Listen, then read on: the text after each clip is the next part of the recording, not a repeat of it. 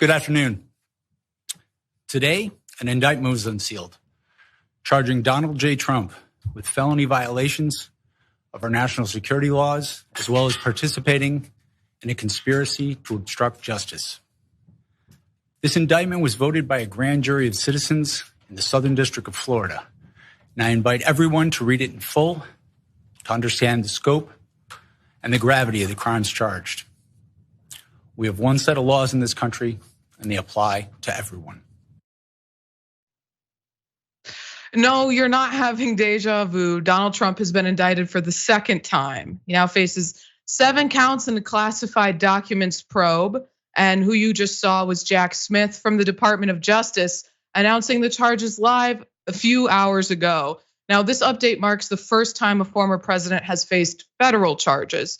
Let's get into some more details from CBS.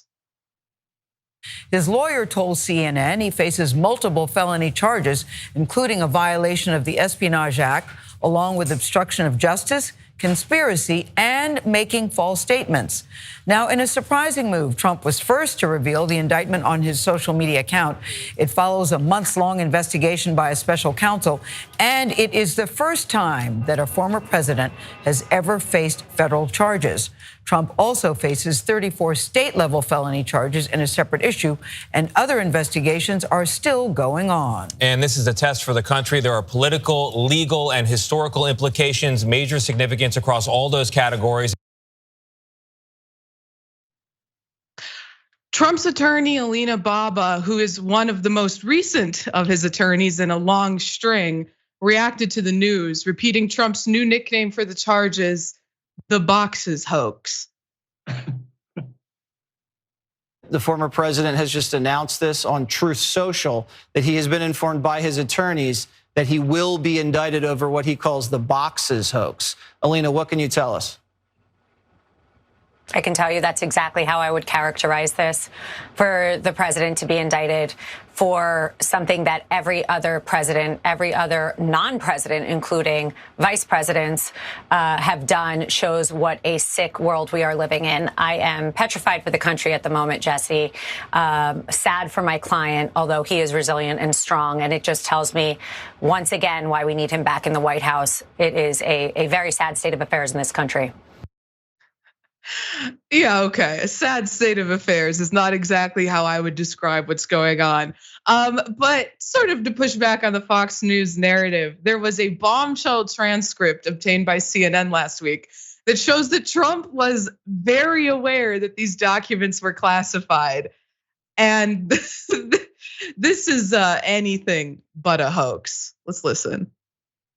Last week, CNN exclusively reported the prosecutors had an audio recording of Trump admitting he kept a classified Pentagon document about a potential attack on Iran. Well, now, and this is what is new, we are learning exactly what former President Trump said during that private meeting in 2021. Now, according to a transcript of that recording, Trump acknowledged he hadn't declassified the document, and they didn't have the power to do so. He told people in the room, quote, "As president, I could have declassified, but now I can't." You'll note that goes completely against what the former president has been saying publicly. Do you still have any classified documents in your possession? Are you ready? Do you? No, I don't have anything. I have no classified documents. And by the way, they become automatically declassified when I took them. In the tape, Trump reportedly acknowledges that he can't show the document. And we're just gonna pull this quote up because I can't believe and simultaneously can very much believe that this is a real quote. So let's pull up this from CNN. Secret, this is secret information. Look at this. Trump says at one point, according to the transcript, this was done by the military and given to me. And it doesn't stop there, it continues on. This next quote, Trump continues, all sorts of stuff, pages long. Look, wait a minute, let's see here. I just found, isn't that amazing? This totally wins my case, except it is like highly confidential, secret. This is secret information. Look at this. Like a child trying to show their parent the macaroni art they just did. Look at this. It's amazing. But in another twist, 2 of Trump's attorneys, and I hinted at this earlier, quit this morning despite making media appearances for Trump as recently as a few hours ago. Now, one of Trump's attorneys, Jim Trusty, I didn't make that name up, that's his name, Jim Trusty, went on CNN last night to talk about the charges and who's gonna be representing Trump. So let's watch. Yeah, he's gonna show up. Look, he knows he's innocent. He knows this is garbage. He knows there's fundamental flaws with each one of the counts that they're apparently putting in this indictment. And he knows that the whole process, starting from the archivist, was a corrupt and politicized one. So he's not shrinking from the fight. He's disappointed. So this morning, let's just pull this up. So that's Jim Trusty you just saw. This drops this morning from Politico. Trump loses 2 lawyers just hours after being indicted. And wouldn't you know it, that is the man you just saw defending Trump on TV. So the man on the left is Jim Rowley. And then of course on the right is John Rowley and Jim Trusty. And they both jumped the ever sinking Trump ship this morning. Now Politico also reported and further that 2 of Donald Trump's top lawyers abruptly resigned from his defense team on Friday, just hours after news broke that he and a close aide were indicted on charges related to their handling of classified documents.